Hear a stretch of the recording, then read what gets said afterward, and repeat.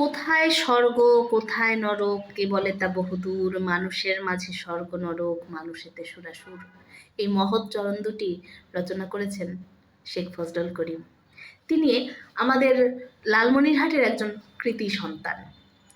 আজকের জেলা নামকরণ সিরিজের চতুর্থ পর্ব, আজকের জেলাটি লালমনিরহাট।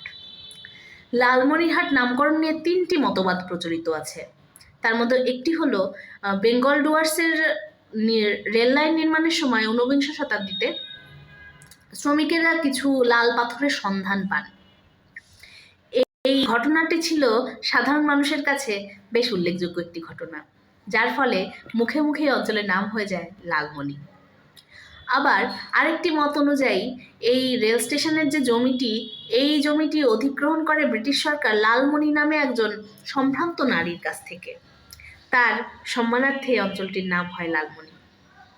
আবার আরেকটি মত অনুযায়ী 1783 সালের দিকে একটি কৃষক বিদ্রোহ সংগঠিত হয়েছিল এই অঞ্চলে, যার নেতা ছিলেন নুরুল দিন। এই নুরুল দিনের একজন সহযোগী হিসাবে ছিলেন এক মহিলা কৃষক নেতা, তার নাম ছিল লালমনি।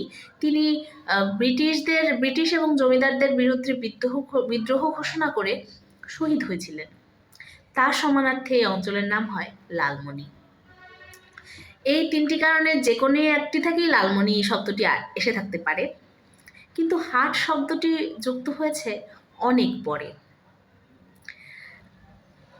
1984 সালে লালমনিরহাট একটি পূর্ণাঙ্গ জেলায় রূপান্তরিত হয়।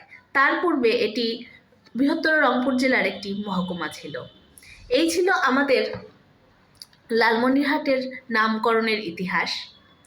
লালমনিরহাট থেকে যারা দেখছেন অবশ্যই শেয়ার করবেন এবং আপনার মন্তব্যের জন্য আমার কমেন্ট বক্স খোলা। ধন্যবাদ।